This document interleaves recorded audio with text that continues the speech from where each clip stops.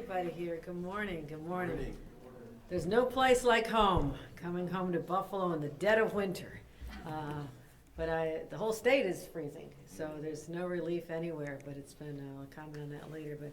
But as you all know, it is an honor to come back here and to do my first event with someone who's been a long friend of mine since his early career, and that is our mayor, Sean Ryan. So I'm looking forward to working with him on public safety and talking about the finances of the city and talking about infrastructure needs of the city as well. So we're going to be great partners.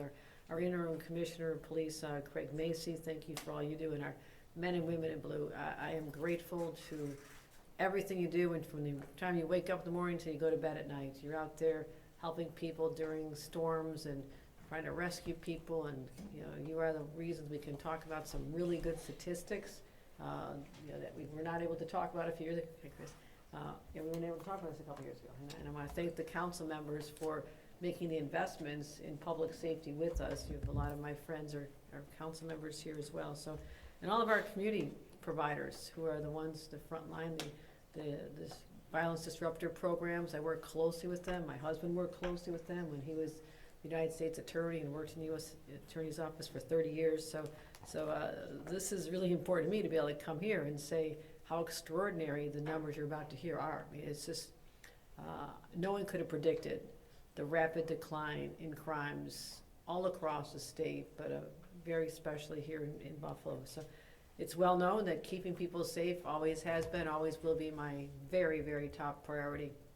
And I'm standing with the dedicated public servants and community leaders and the men and women of the police department who have done so much. And also, as I mentioned, the outreach workers who sometimes use their own life experience to talk to young people and say, you don't want to go on this path. And those are the best trusted messengers we can find. So I want to thank all of them for what they do and putting their energy into showing young people there is a better path forward. But I like to check in with the police on the ground. We're here at City Hall today, but when I came back last January on another cold day, I went to the C District and I saw the new equipment, the hotspot policing and the drones and all the other equipment we were able to help with from the state. And I stopped again at headquarters to talk about our efforts to drive down crime at a time when retail theft was high, but also car theft. Buffalo and our upstate communities had some of the highest numbers of car thefts in the nation.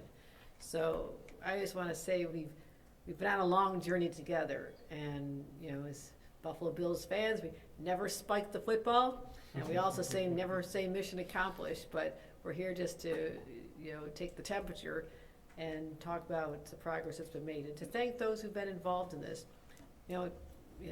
Mayor Ryan and I were talking about just a few years ago when I first came into office as governor. Everywhere was facing a real crisis of crime and violence, and the numbers were heading up exponentially in a very frightening way. It was sort of coming out of the pandemic, and I'm not sure what happened. Sociologists will have to figure out what happened to society during the pandemic, but it just seemed like the wheels came off. I mean, there were so many more crimes being committed. I feel like people felt no restraints on civil order, and as a result, people were afraid to leave their homes, afraid to go out into their communities. And shootings in Buffalo had nearly doubled from the previous 2 years in that time after the pandemic. And these are my neighbors. This is something that was personal to me, to figure out a way to help not just here in Buffalo, but all across the state. So we got to work. We enacted the toughest gun laws in the nation, especially after the racist shooting at Tops, which I've referenced many times as we had very tough gun laws, but we found some gaps. We found that we could do more on the red flag laws, and we also need to go back and have some common sense legal reforms. Our job is to keep repeat offenders off the streets and not make it harder for judges to prevent that from happening. And we also just passed some major change to our discovery laws last spring that are going to stop people from walking on just mere technicalities. And so all these these changes in laws, but also a $3 billion investment from the state of New York. I mean, that is extraordinary. But I come out of local government. I've hired a lot of police chiefs in Hamburg and police officers and interviewed them and knew how hard they worked every single day. And I know it's hard because you're trying to manage your budgets. You've got limited resources. You want the best technology you could possibly have. and the best people, but you never had a partner in Albany. And I knew that from my local days, and I wanted to change that whole dynamic and to say, no, you do. I understand how important your job is to keep people safe, and I'm going to be your best ally. So over $3 billion, and wanted to make sure that Western New York got its fair share. So we did $6.2 million for Erie County through our gun-involved violence program, which is really an extraordinary program that you can just see the results every single day. Buffalo PD received directly even $2.1 million. And what's that for? It is for personnel, for overtime, for equipment, and enhanced training. $14 million for Erie County to upgrade their crime-fighting technology. And also the Buffalo Police Department used $6.8 million to buy license plate readers, a 3D printer, a scanner, public cameras, and other state-of-the-art tools. And we also invested nearly $3 million into our Buffalo Snug program. And again, this staff, they're able to be out there mediating disputes even before shots are fired. So it's all about crime prevention, which is making a profound difference, and to connect young people to training and therapy and to jobs. Another $2 million for 17 community organizations through Project Rise that supports people out there for programs and opportunities that change people's lives. So Buffalonians are much safer, much, much safer than they had been just a few years ago. When we compare 2025 with 2021, when I first took office, shootings with injury in Buffalo are down 67%. Violent crime is down 20%. Murders are down 55%. And in 2025, they hit a 10-year low. We're still gathering the numbers from last year, but right now we're even looking at car thefts. Car thefts are already down 33%. Yeah, we are in a crisis situation. People, and these are a lot of times just Hyundais and some of those less expensive vehicles. Someone might have a 10-year-old Hyundai that was stolen. They're not getting to their job as a nurse at the local hospital. They're not getting to school. They're not getting to the grocery store. So it really had an effect on people's lives. These brazen gangs that were stealing cars all over upstate New York. So this is real progress. And as I think about those numbers, I just want to give a round of applause to everybody here and thank them for but we're not done. Because one crime is one crime too many, and we're doubling down on what works. And that includes $350 million more to combat gun violence. And even with the shootings at record lows, I'm still investing more to make sure those numbers stay low. I don't want to take our foot off the gas and then see an upward trend in crimes, and that we're not going there. We're not going to let that happen. So I want to make sure that we're also changing the law when it comes to one of our newer threats, which is 3D printed guns. These are homemade killing machines that you can assemble with pieces without a background check. You can assemble it at your kitchen table. And I don't want these people to convert their homes into firearm factories, which we've outlawed in the state of New York. So we want to go after what we call the plastic pipeline, not the iron pipeline, but the plastic pipeline. And we're going to pass a law I just introduced that require all 3D printers to include software that blocks the printer from creating a gun. So we outlawed 3D printed guns, of course we did. But now we're saying any 3D printer sold in the state of New York must have software that blocks the capability to even create these deadly machines. And we'll have stiffer penalties for manufacturing ghost guns as well. Want to help law enforcement have police be able to use wiretaps to get stronger cases. And also, we're going to ban handguns, because I also saw a 3D printer do this. Handguns can be already converted into semi-automatic machines able to fire 1,200 rounds per minute, made with a little plastic device off a 3D printer. So you can have a Glock, you can add this device, and it goes from this handgun to a machine gun, 1,200 rounds per minute. So my message to gun manufacturers who think they can sell these, you're not selling them in New York. Once we pass this law, that era will be over. But also, I want to continue working with our friends in Buffalo. You're the ones on the ground, especially our law enforcement and our violence disruptor groups. You see the trends. Again, The trend toward 3D guns was not even there a couple years ago. The high spike we had in car thefts was not there. You see first what the trends are, what the emerging trends are, because it's like playing whack-a-mole. The criminals are very clever. So we stop them from doing this over here, they're gonna do something else over here. So I wanna keep the line of communication strong. The trends are starting to emerge. Let's see how we can get on them easier with our crime analysis centers and track trends across the state of New York and put a real dent in and thwart their efforts before crimes are even committed. That's how you keep people safe, and I'm really honored again once to work with someone who understands this, and that is our Mayor, Sean Ryan, who I'm going to welcome up to say a few words. Thank you.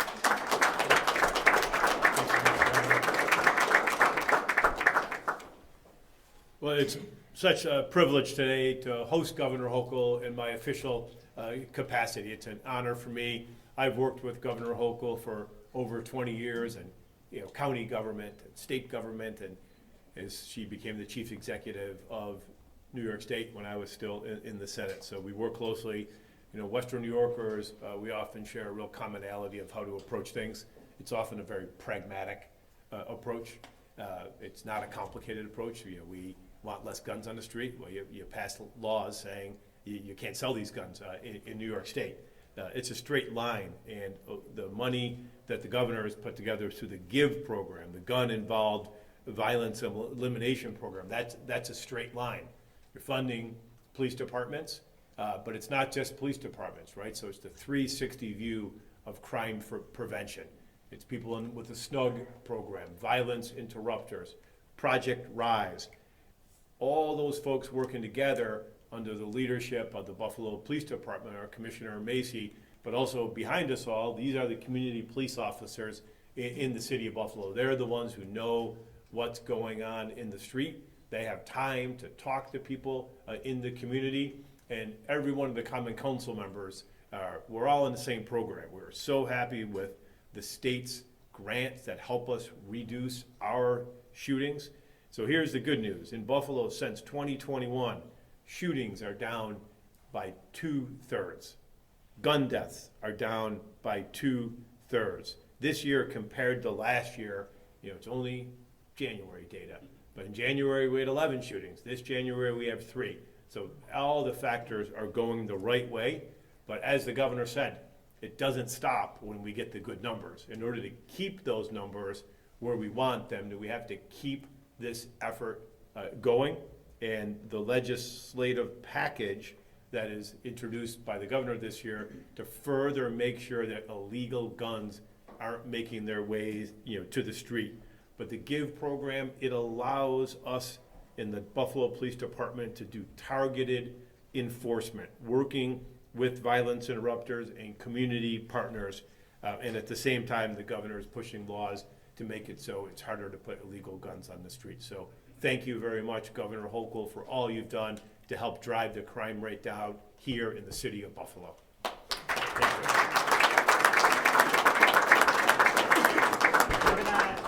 While we have everyone, we're just going to take a couple on-topic questions on today's announcement, and then we'll break before we do some off-topics. Does anybody have on-topic, Claudine? Can you talk about how you measure the effectiveness of gun prevention programs?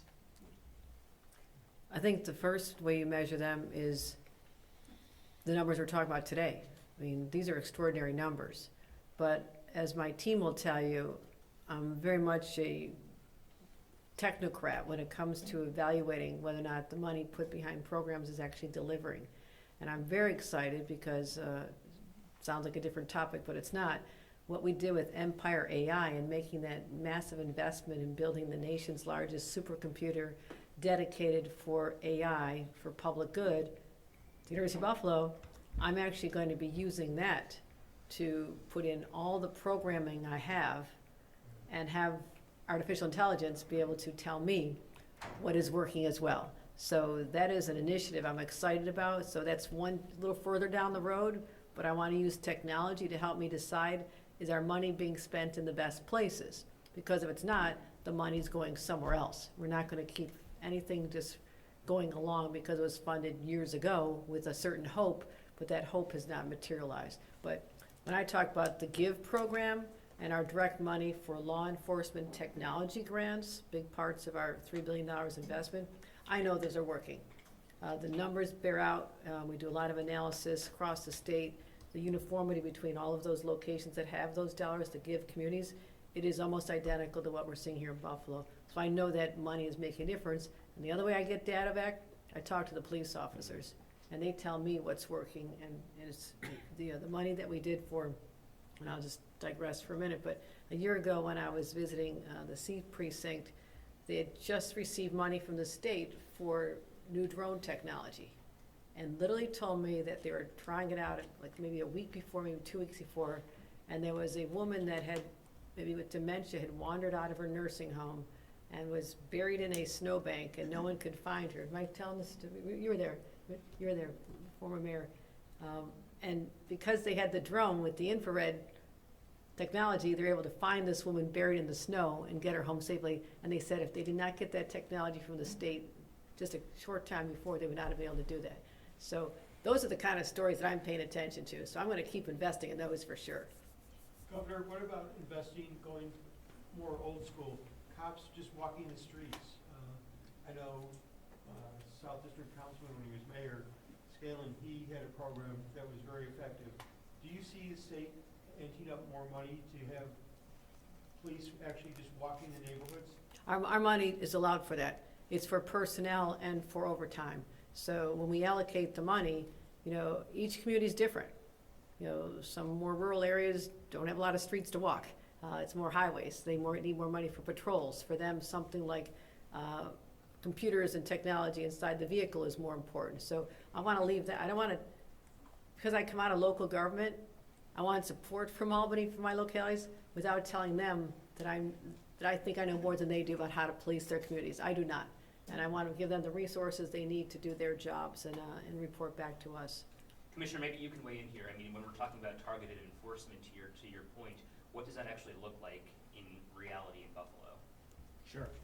Thank you.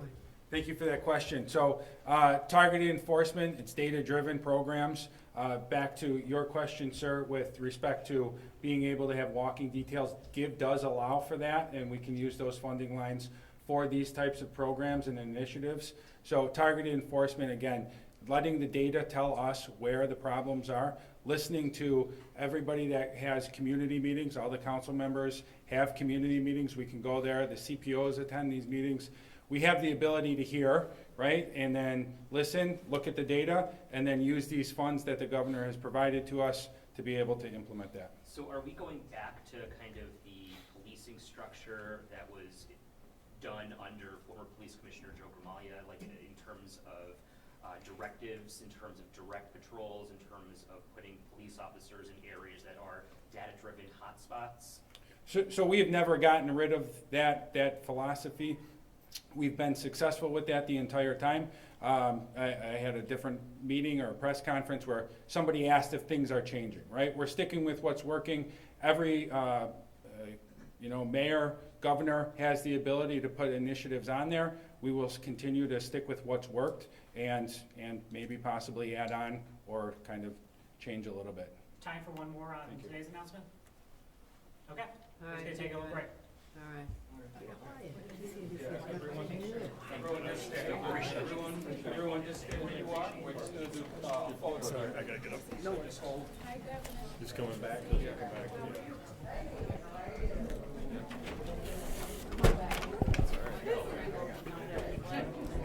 Okay.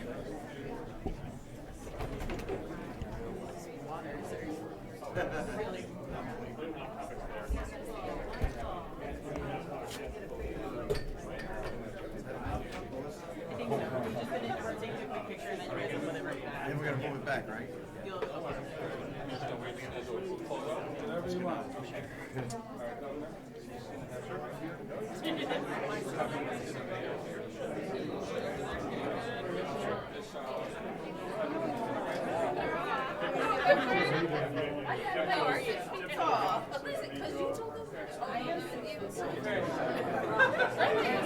Everyone, look, we're going this way. Okay, everyone look at Darren here. Right up at the camera, there you are. Okay, we're gonna go all right here. Right here, everybody. 3, 2, 1. Okay, Mayor, Governor, Officer, State, everyone else, please step out. Thank you. Governor, what a good Yes, okay. And violence disruptors group, just stay right there. We're just gonna do one with the officers. Mayor, Deputy Mayor.